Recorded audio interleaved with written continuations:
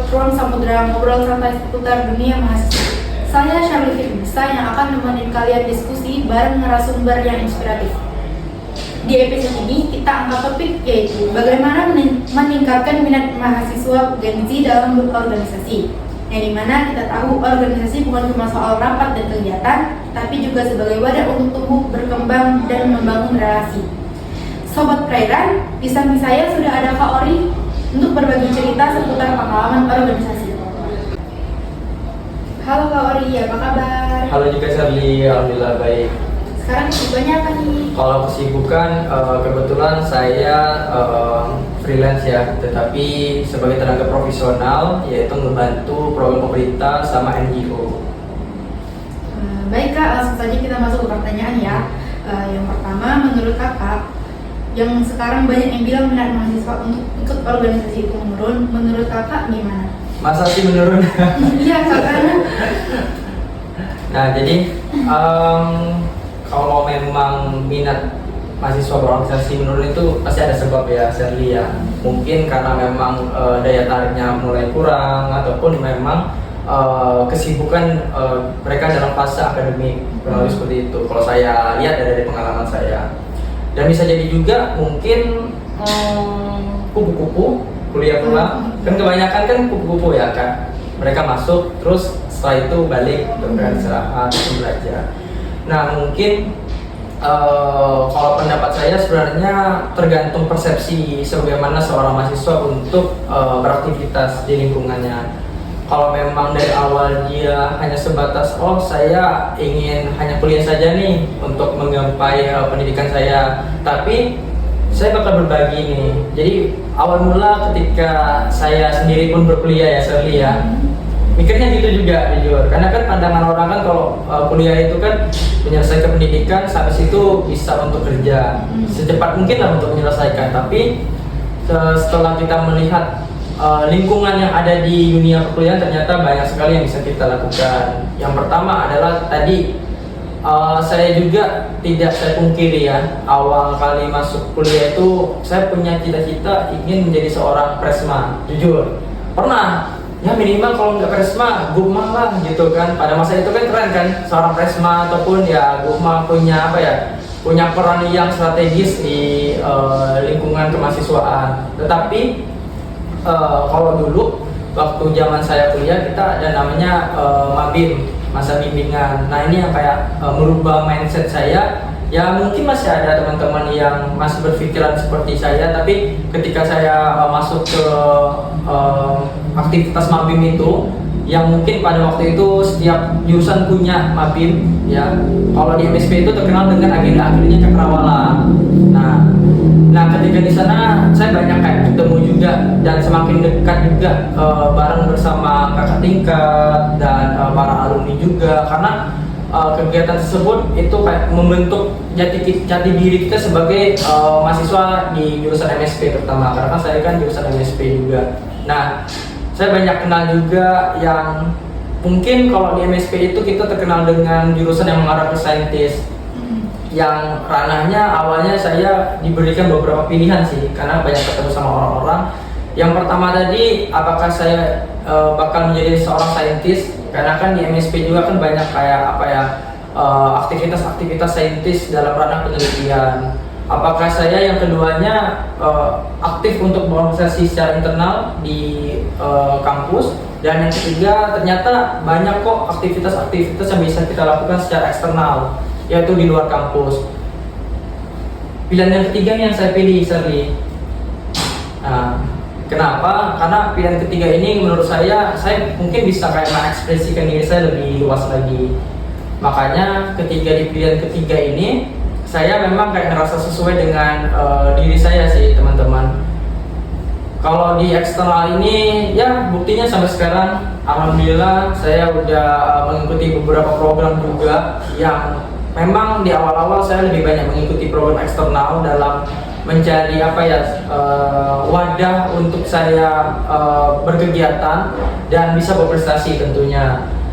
Cuman ketika di semester pertengahan saya boleh cerita sedikit, saya pernah disinggung sama dosen kan. percuma aktif di luar, membesarin nama di luar, tapi nggak bisa memberikan apapun nih untuk jurusan ya.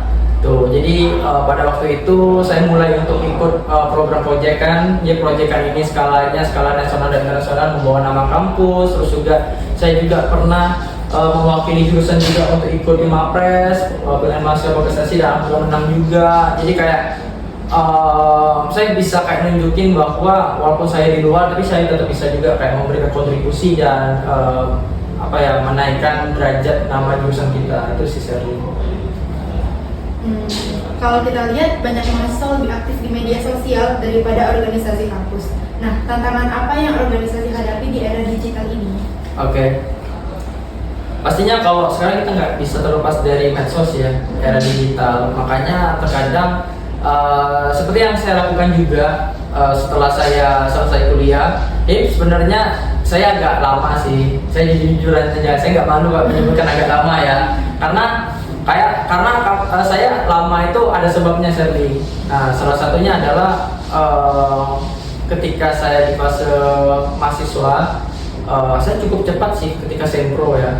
Nah, cuman yang agak lama itu dari fase semhas ke sidang. Tuh, kenapa lama? Karena memang saya terlanjur telah mengikuti program dari kementerian. Jadi kalau kita ikut program dari kementerian itu, kita harus menyelesaikan program tersebut. Gitu. Kita nggak bisa yang kayak kita menyelesaikan masa studi kita, tapi programnya sebenarnya itu nggak bisa. Karena memang ketika kita ikut program itu, status kita adalah masih mahasiswa aktif lah. Gitu. Nah, era digital pasti besar ya pengaruhnya ya. Kadang saya lihat juga hingga saat ini pun saya membangun platform juga namanya Yokawa Bubble. Salah satunya adalah menarik minat agar potensi teman-teman mahasiswa. Jadi sebenarnya ranahnya bukan mahasiswa aja, tapi pelajar juga dan umum. Tapi kalau mahasiswa itu saya rasa mereka terkadang butuh masa-masa yang memang mereka bisa untuk difasilitasi sih. Maksudnya difasilitasi bukan berarti dalam segi yang kayak pengetahuan aja, tapi kita juga kayak harus merepresentasikan pengalaman ke mereka supaya mereka punya gambaran. Nah, kalau untuk organisasi terutama di kampus, kalau saya lihat ini keren juga sih, kayak Himaskor juga yang udah kayak melek digital juga, buat ranah yang seperti podcast ya seperti ini. Menurut saya ini merupakan mengikuti langkah-langkah era digital ya. Jadi sebenarnya yang bisa kita lakukan, kita harus mengikuti perkembangan kedepannya seperti apa, kurang lebih seperti itu. Dan satu hal yang harus dilakukan konsisten sih, Shirley. Jadi kalau ketika memang udah memulai, jangan berpikir bahwa kita melaksanakan kegiatan-kegiatan yang ranahnya ke digital, tapi kita terkadang kayak melihat value-nya yang viewers-nya nggak banyak, terus juga yang minat mahasiswanya juga kurang ketika kita buat ya, udah susah payah. Tapi harus yang dikejar itu ada konsistennya. Kenapa? Karena konsisten ini menurut saya sangat penting saat ini, kurang lebih seperti itu. Gerakan-gerakan dalam organisasi, terutama di era digital itu yang dilihat adalah konsistennya. Jadi nanti kelihatan stratanya ya, step by stepnya ya. Yang mungkin semoga aja podcast ini banyak ditonton oleh teman-teman ya. Nah, jadi kalian kayak bisa juga nih kayak punya tolak ukur. Kalau bahasa saintisnya ya baku mutu ya. Jadi yang kayak kita melaksanain di agenda pertama nih, berapa nih viewers yang kita dapat, teman-teman yang nonton gitu, ataupun teman-teman yang tertarik untuk berkomentar. Jadi yang kayak mungkin kayak pertama yang kita lakuin hanya puluhan atau ratusan. Nah, yang teman-teman harus kejar adalah yang untuk episode selanjutnya yang kedua itu harus kayak ribuan gitu. Ataupun kalau masih stepnya masih sama puluhan atau ratusan, ya berarti minat dari teman-teman untuk melihat tuh masih ada gitu. Tapi kalau turun, teman-teman kayak harus punya meracik strategi baru, tapi bukan mengganti programnya, tapi buat programnya menjadi menarik sekali. Itu sih hal yang paling penting kalau kita mengikuti arah digital sekarang. Kakak, banyak mahasiswa berpikir organisasi ini hanya buang-buang waktu, Kak. Menurut kakak sendiri gimana? Apa manfaat nyata yang kakak rasakan dalam aktif organisasi? Oke, manfaat nyata kalau saya sebagai mahasiswa waktu itu, saat ikut pil Mawapres ya, pemilihan mahasiswa organisasi itu sangat nyata yang saya rasakan. Saya awalnya berpikir ikut pil Mawapres itu kan dipanggil nih sama, waktu itu kan Kajur ya, ketua jurusan, dipanggil nih sama waktu itu masih Pak Kurniawan, tapi sekarang dia udah pindah kan ke jurusan perikanan tangkap. Waktu itu masih Pak Kurniawan, sampai beliau pun nelpon gitu kan, nanyain kesibukan, terus mau nggak ikut nih. Yang awalnya pada waktu itu belum berkeinginan ikut, jujur Shirley, karena apa? Karena ingin mencoba di tahun depannya. Kalau kakak sendiri itu kalau ngikut program itu berpandangan persiapan itu penting. Jadi nggak yang kayak kita ada program kita ikut, nggak. Jadi kayak harus ada persiapan. Tapi karena memang desakan dan awalnya mikir nggak ada yang ikut ya waktu itu ya. Ketika diumumin mewakili jurusan MSP, manajemen sumber perairan, ternyata setelah dilihat banyak yang ikut. Teman-teman dari MSP itu ternyata banyak juga yang banyak yang minat juga, yang masukin berkas juga. Dan setelah saya lihat memang yang banyak masukin juga, ada juga cutting, ada juga teman-teman sebaya saya juga, dan teman sebaya saya juga yang ikut itu saya lihat IPK-nya cukup tinggi ya, di atas 350-an waktu itu. Karena IPK saya pada masa semester 5 ya, kalau nggak salah ya, nggak sampai 350-an ke atas lah, masih ya standar lah. Cuman karena dilihat adalah pengalaman, jadi tadi Shirley, organisasi itu ngebantu kita banget, jujur. Mulai dari tadi ketika kita ikut agenda-agenda yang memang ternyata dicari pun adalah orang-orang yang udah terjun langsung, yang udah ngelakuin sesuatu hal positif ke masyarakat, kayak pengabdian masyarakat. Terus relasi. Nah, relasi ini sangat penting. Selain saya nggak tahu kalau sekarang ya, tapi pada masa saya nggak sembarang orang yang bisa ketemu sama rektor. Ya. Sampai sekarang juga. Sampai sekarang juga. Waduh, Pak rektornya. Jadi pada masa waktu itu, selain ketua organisasi, ya minimal ketua BEM UNIF ya, ataupun DPMU, Gukma ataupun DPM fakultas pun agak sulit juga ketemu Pak Rektor, kecuali di acara ya. Tapi kalau ketemu janjian langsung itu agak sulit. Tapi di sini saya membuktikan, bukan saya mengatakan bahwa saya lebih daripada mahasiswa lain, tapi pada dasarnya adalah saya nunjukin relasi itu sangat penting. Kenapa? Terkadang ketika kita beraktivitas, kita sebagai seorang mahasiswa berprestasi, ataupun kita punya aktivitas di luar, ternyata ketemu juga sama orang-orang penting, itu kayak ngangkat value secara pribadi, teman-teman. Nah, jadi saya alhamdulillah kalau memang ada agenda yang berkaitan dengan kemahasiswaan ataupun agenda-agenda yang terkait dengan membawa nama kampus, saya agak mudah sih kalau ketemu sama Pak Rektor untuk menyampaikan hal-hal yang kayak, Pak, harusnya kita statusnya sebagai mahasiswa itu sekarang kondisinya seperti apa, saya sampaikan ke Pak Rektor gitu, teman-teman. Dan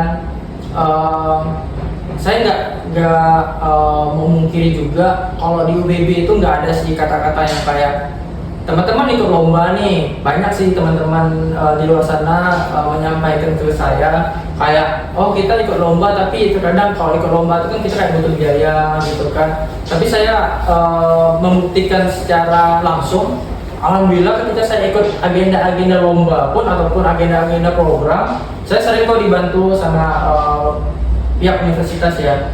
Kalau tingkat jurusan sama fakultas sama agak susah. Karena agak susah, tapi kalau ke tingkat univ, saya ada beberapa kali memang dibantu juga dalam mengikuti sebuah program atau lomba juga, jadi kayak ngebantu juga. Contohnya kayak saya berangkat program Jalur Rempah. Jadi ada program namanya Jalur Rempah yang memang langsung dari Kemendikbudristek. Waktu itu masih Kemendikbudristek zaman saya. Dan malahan saya walaupun sudah difasilitasi juga dari kementerian, tetap dikasih apresiasi juga dari pihak universitas untuk membantu saya membawa mengenalkan nama kampus kita. Itu sih. Jadi teman-teman, banyak hal yang bisa kita dapatkan ketika berorganisasi. Cuman ketika mengikuti suatu organisasi, teman-teman harus lihat dulu organisasinya itu seperti apa. Apakah teman-teman sesuai sama organisasinya, jangan sampai teman-teman sudah terlanjur join, kayak waduh ini kayak nggak aku banget, nggak saya banget untuk ini kayak nggak cocok gitu kan. Jadi yang sampai terlanjur seperti itu, lebih baik cross check dulu organisasi yang teman-teman ikutin itu seperti apa, apakah itu sesuai dengan harapan teman-teman ketika ya kedepannya mau ikut apa gitu kan. Itu aja sih. Baik Kak, kira-kira strategi seperti apa yang bisa dilakukan agar organisasi kampus bisa dilirik dan diminati mahasiswa? Oke. Mungkin boleh diulangi sendiri, mungkin ini agak gimana ya?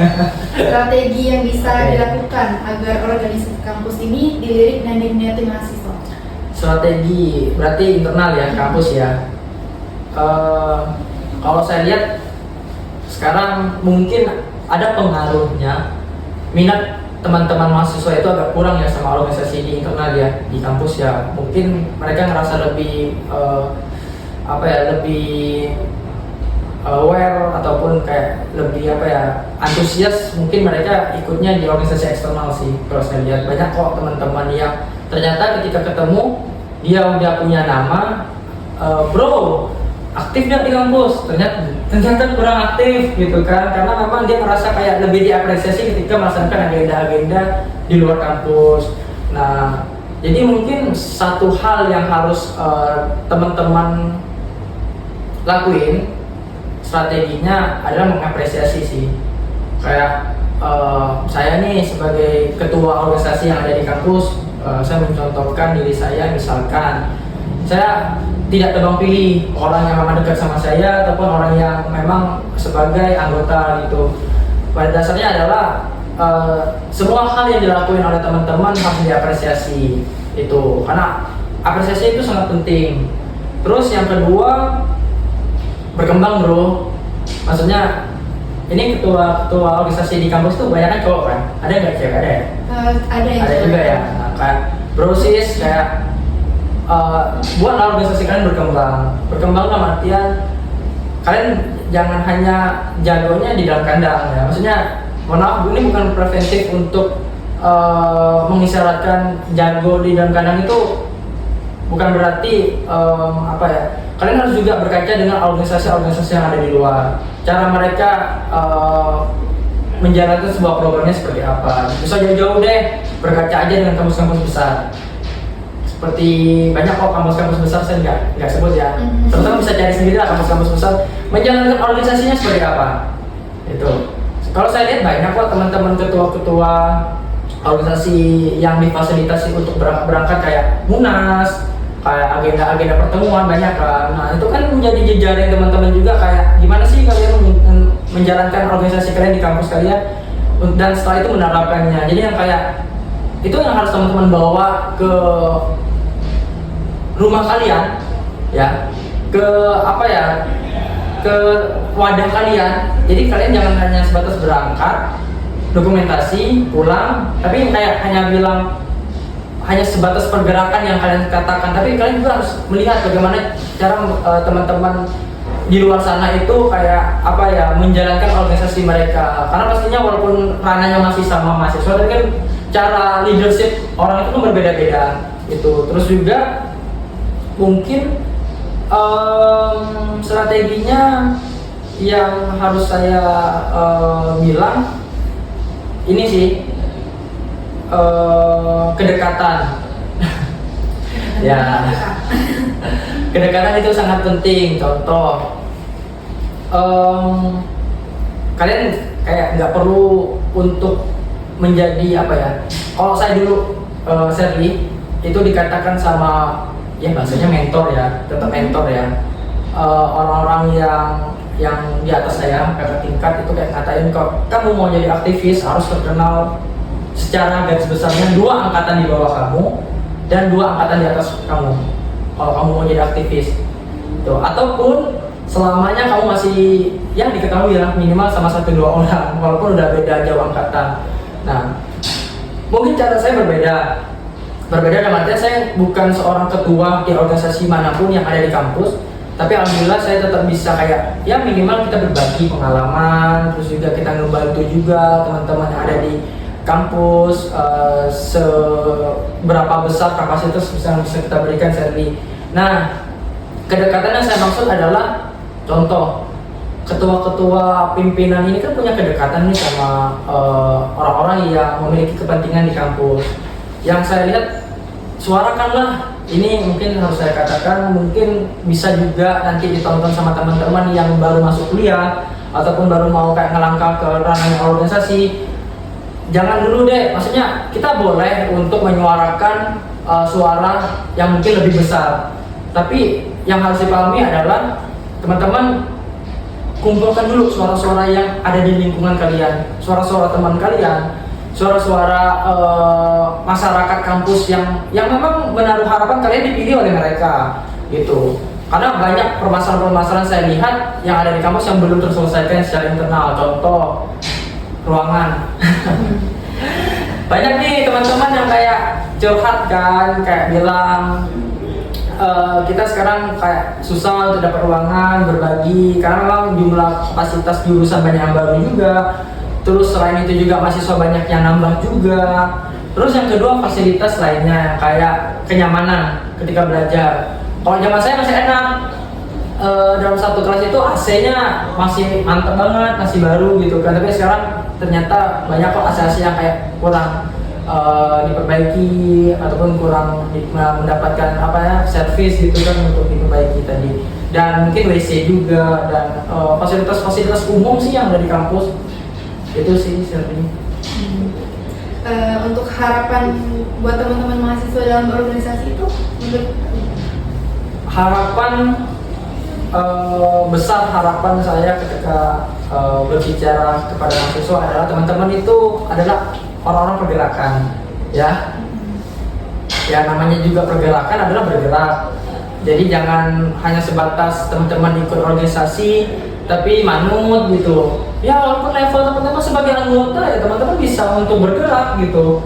Jadi nggak harus kayak nunggu arahan ketua, nggak harus kayak gitu. Buktinya saya pernah di Hima tapi bukan sebagai ketua. Saya pernah juga di BEM bukan sebagai ketua. Tapi tetap saya bisa bergerak dengan cara saya sendiri. Ingat ya, dengan cara kalian. Tetapi tetap sesuai dengan attitude yang baik, etika dan perlakuan yang memang masih sesuai tuh. Dan pastinya adalah teman-teman sebagai seorang mahasiswa jangan berkecil hati ya. Kalian adalah harapan juga buat masyarakat ketika teman-teman kembali ke desa. Ketika teman-teman berbicara kepada petani, nelayan, ataupun orang-orang yang pekerjaan sebagai buruh, mereka pun menaruh harapan ke teman-teman sebagai seorang mahasiswa jujur. Terlepas teman-teman sebagai ketua organisasi ataupun enggak, ataupun siapa teman-teman. Tapi terkadang ketika kalian, ya jauh-jauh deh, walaupun kalian enggak secara langsung, tetapi teman-teman pernah kan ikut mata kuliah yang memang langsung ke masyarakat. Terkadang masyarakat ngobrolnya di luar konteks ketika teman-teman mau cari data kan. Berarti mereka memang berharap ke teman-teman, kurang lebih kayak gitu. Jadi harapan yang paling besar adalah teman-teman harus kayak menjadi representasi seorang mahasiswa yang memang ya bisa dikatakan menjalankan tridharma. Ya, karena kembali lagi mahasiswa itu tupoksinya apa yang bisa dilakuin harus sesuai dengan tridharma tuh. Dan saya lihat juga banyak kok, apalagi sekarang udah banyak program-program yang dijalankan melalui tridharma. Dan dosen-dosen pun kita juga baru juga bantu salah satu dosen juga untuk menjalankan tridharma di tingkat pelajar. Mungkin itu sih Sherly yang bisa saya berikan. Baik, terima kasih. Baik, terima kasih Kak Ori. Nah, obrolan hari ini kita simpulkan bahwa Gen Z mempunyai karakter unik. Organisasi harus lebih adaptif dan inovatif untuk kebutuhan generasi ini. Jadi, ikut organisasi bukan hanya soal kewajiban, tetapi memang bisa untuk memberikan nyata untuk masa depan. Terima kasih banyak Kak Ori atas sharingnya, dan ayo teman-teman kita terjun ke organisasi. Saya Sherly Firmisa pamit undur diri, sampai jumpa di episode selanjutnya. Bye-bye. Dadah.